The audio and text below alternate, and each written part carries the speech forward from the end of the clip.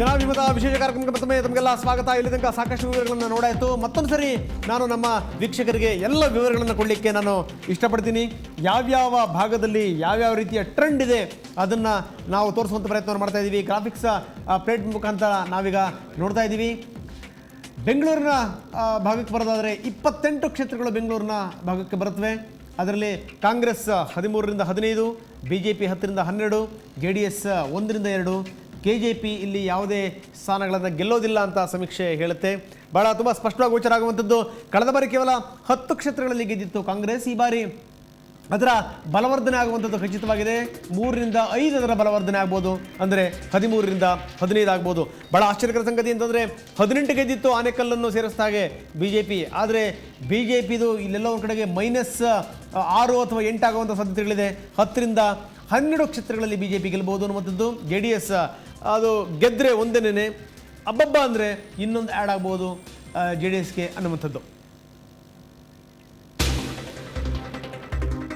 ಇನ್ನು ಮುಂಬೈ ಕರ್ನಾಟಕದ ವ್ಯಾಪ್ತಿನಲ್ಲಿ 40 ಕ್ಷೇತ್ರಗಳು ಬರುತ್ತವೆ. ಕಾಂಗ್ರೆಸ್ 16ರಿಂದ 18. ಕಳೆದ ಬಾರಿ ನೋಡಿದಂಥ ಸಂದರ್ಭದಲ್ಲಿ ಕಾಂಗ್ರೆಸ್ ಕೇವಲ ಇಲ್ಲಿ 10ರಲ್ಲಿ ಮಾತ್ರ ಗೆದ್ದಿತ್ತು. 6 ಅಥವಾ 8 ಇಲ್ಲಿ ಆ್ಯಡ್ ಆಗುವಂಥ ಸಾಧ್ಯತೆಗಳು ಬಹಳ ಸ್ಪಷ್ಟವಾಗಿ ಗೋಚರ ಆಗುತ್ತೆ. ಇನ್ನು BJP ಕಳೆದ ಬಾರಿ 30 ಕ್ಷೇತ್ರಗಳಲ್ಲಿ ಗೆದ್ದಿತ್ತು 40ರಲ್ಲಿ. ಬಹಳ ಗಮನಿಸಬೇಕಾದಂಥ ಸಂಗತಿ ಇದು. ಈ ಬಾರಿ -14 ಎಲ್ಲೋ ಒಂದು ಕಡೆಗೆ ಖೋತ ಆಗುವಂಥ ಎಲ್ಲ ಸಾಧ್ಯತೆಗಳು ಕೂಡ ತುಂಬ ಸ್ಪಷ್ಟವಾಗಿ ಇಲ್ಲಿ ಗೋಚರ ಆಗ್ತಾ ಇದೆ. ಯಾಕಂದರೆ 16ರಿಂದ 18 BJP ಗೆಲ್ಲಬಹುದು ಅನ್ನುವಂಥದ್ದು. 30ಲ್ಲಿ 16, 18 ಬಹಳ ಗಮನಿಸಬೇಕಾದಂಥ ಸಂಗತಿ. JDS ಕಳೆದ ಬಾರಿ ಏನೇನೂ ಇರಲಿಲ್ಲ. ಈ ಸಾರಿ 1ರಿಂದ 2 ಬಂದಷ್ಟು ಕೂಡ JDSಗೆ ಲಾಭನೇ. KJPಗೂ ಕೂಡ 1ರಿಂದ 2 ಬಂದಷ್ಟು KJPಗೆ ಲಾಭನೇ. ಇಲ್ಲಿ ಮುಖ್ಯವಾಗಿ ಕಳ್ಕೊಳ್ತಿರುವಂಥವ್ರು ಅಂದರೆ BJPಯವರು ಕಳೆದ ಬಾರಿ 30 ಕ್ಷೇತ್ರಗಳಲ್ಲಿ ಗೆದ್ದಿದ್ರು. ಈ ಬಾರಿ 16ರಿಂದ 18 ಕ್ಷೇತ್ರಗಳಲ್ಲಿ ಮಾತ್ರ.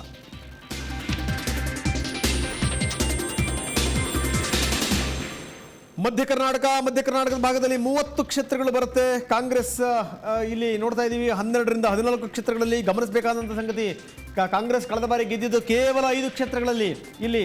ಸೊ ಹೀಗಾಗಿ ಈ ಬಾರಿ 9 ಕ್ಷೇತ್ರಗಳು ಆ್ಯಡ್ ಆಗುವಂಥ ಎಲ್ಲ ಲಕ್ಷಣಗಳು ಇಲ್ಲಿ ತುಂಬ ಸ್ಪಷ್ಟವಾಗಿ ಕಾಣ್ತಾ ಇದೆ. 12ರಿಂದ 14 ಅಂತಂದರೆ ಒಂದು 9 ಕ್ಷೇತ್ರಗಳು ಆ್ಯಡ್ ಆಗಬಹುದು. ಕಾಂಗ್ರೆಸ್ ಇಲ್ಲಿ ಮುನ್ನಡೆಯಲ್ಲಿದೆ. BJPಗೆ ಒಂದು ದೊಡ್ಡ ಹೊಡೆತ. ಯಾಕಂದರೆ BJP ಕಳೆದ ಬಾರಿ 30 ಕ್ಷೇತ್ರಗಳಲ್ಲಿ 24 ಕ್ಷೇತ್ರಗಳಲ್ಲಿ ಗೆದ್ದಿತ್ತು. ಈ ಬಾರಿ 10ರಿಂದ 12 ಮಾತ್ರ. ಹೆಚ್ಚು ಕಡಿಮೆ 50% ಕಳ್ಕೊಳ್ಳುವಂಥ ಸ್ಥಿತಿಯನ್ನು ತಲುಪಿದ್ದಾರೆ. 12 ಕ್ಷೇತ್ರಗಳಲ್ಲಿ ಅವರು ಸೋಲುವಂಥ ಭೀತಿ ಎದುರಾಗಿದೆ. ಯಾಕಂದರೆ 24ರಲ್ಲಿ ಅವರಿಗೆ 12 ಬರ್ಬೋದು, 10ರಿಂದ 12 ಅಂತ ಸಮೀಕ್ಷೆ ಹೇಳುತ್ತೆ. ಇನ್ನು JDS ಕಳೆದ ಬಾರಿ JDS ಇಲ್ಲಿ ಏನೇನೂ ಇರಲಿಲ್ಲ. ಈ ಸರಿ ಒಂದು ಅನ್ನೋದಾದರೆ ಅಥವಾ 1ರಿಂದ 3 ಅನ್ನೋದಾದರೆ JDSಗೆ ಎಲ್ಲವೂ ಕೂಡ ಲಾಭ. KJPಗೂ ಕೂಡ ಇದು ಲಾಭವೇ. 1ರಿಂದ 2 ಕ್ಷೇತ್ರಗಳಲ್ಲಿ KJP ಗೆಲ್ಲಬಹುದು.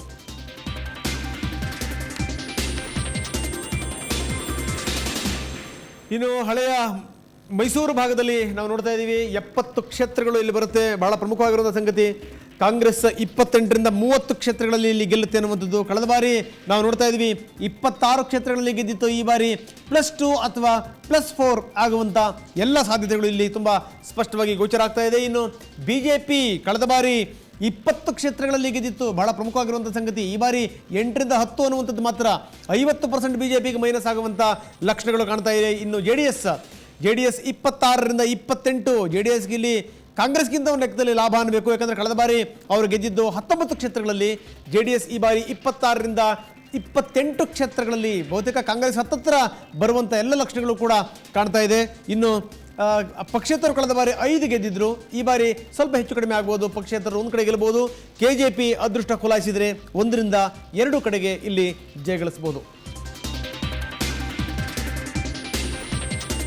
ಹೈದರಾಬಾದ್ ಕರ್ನಾಟಕದಲ್ಲಿ 35 ಸೀಟ್ಗಳು ಬರ್ತವೆ. ಕಾಂಗ್ರೆಸ್ 15ರಿಂದ 17 ಕ್ಷೇತ್ರಗಳಲ್ಲಿ ಇಲ್ಲಿ ಗೆಲ್ಲುವಂಥ ಸಾಧ್ಯತೆಗಳಿದೆ ಅಂತ ಹೇಳುತ್ತೆ ಸಮೀಕ್ಷೆ. ಪ್ರಮುಖವಾಗಿರುವಂಥ ಸಂಗತಿ, 13 ಕ್ಷೇತ್ರಗಳಲ್ಲಿ ಕಳೆದ ಬಾರಿ ಕಾಂಗ್ರೆಸ್ ಗೆದ್ದಿತ್ತು ಅನ್ನುವಂಥದ್ದು.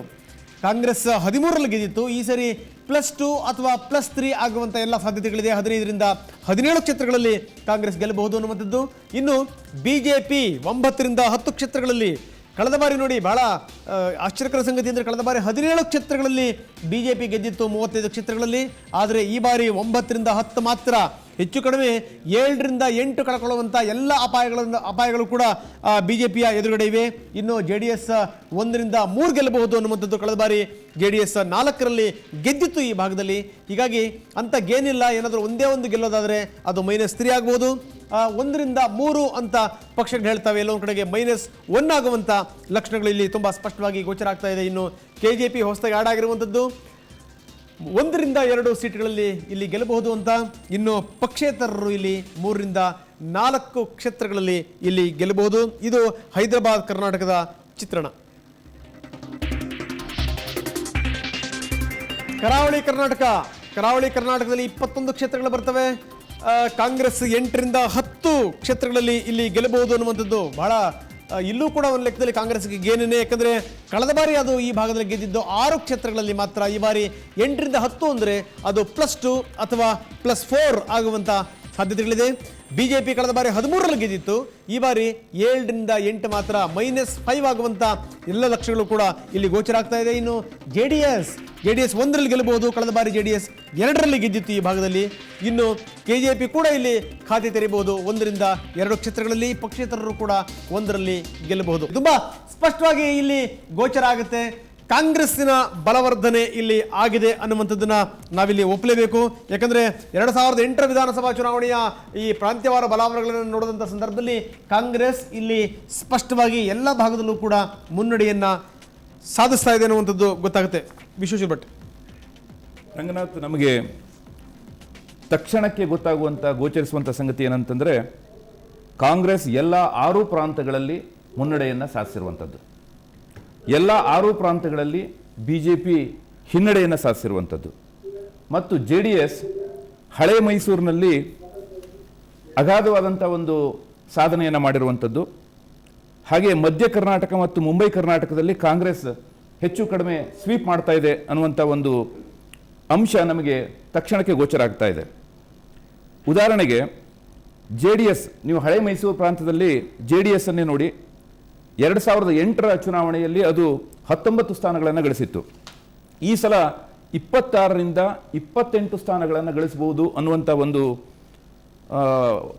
ಸೂಕ್ಷ್ಮ ಒಳನೋಟ ನಮಗೆ ಸಿಗ್ತಾ ಇದೆ. ಅಂದರೆ JDS ಗಳಿಸಬಹುದಾದಂತಹ ಸುಮಾರು 4 ಸ್ಥಾನಗಳ ಪೈಕಿ 3 ಸ್ಥಾನ ಹಳೆ ಮೈಸೂರು ಪ್ರಾಂತದಲ್ಲೇ ನಮಗೆ ಸಿಗಬಹುದು ಅನ್ನುವಂಥ ಒಂದು ಸೂಚನೆ ಈ ಸಮೀಕ್ಷೆ ನಮಗೆ ಕೊಡ್ತಾ ಇದೆ. ಇನ್ನೊಂದು ಇಲ್ಲಿ ಬಹಳ ಮುಖ್ಯವಾದಂಥ ಒಂದು ಸಂಗತಿ ಏನಂತಂದ್ರೆ, ಕಾಂಗ್ರೆಸ್ ಕಳೆದ 10 ವರ್ಷಗಳಲ್ಲಿ ತನ್ನ ಸ್ಥಾನವನ್ನು ನಿಧಾನಗತಿಯಲ್ಲಿ ಏರಿಸಿಕೊಂಡು ಹೋಗ್ತಾ ಇರುವಂಥದ್ದು. 2004ರಲ್ಲಿ ಕಾಂಗ್ರೆಸ್ 65 ಸ್ಥಾನಗಳನ್ನು ಗಳಿಸಿತ್ತು. ಹಿಂದಿನ ಚುನಾವಣೆಯಲ್ಲಿ 2008ರಲ್ಲಿ 80 ಸ್ಥಾನಗಳನ್ನು ಗಳಿಸಿತ್ತು. ಅಂದರೆ 2004ರಿಂದ 2008ಕ್ಕೆ 15 ಸ್ಥಾನಗಳ ಏರಿಕೆಯಾಗಿತ್ತು. ಈ ಸಲ ಅದು ಇನ್ನಷ್ಟು ಜಾಸ್ತಿ ಆಗುವಂಥ ಎಲ್ಲ ಸೂಚನೆಯೂ ಕೂಡ ನಮಗೆ ಸಿಗ್ತಾ ಇದೆ.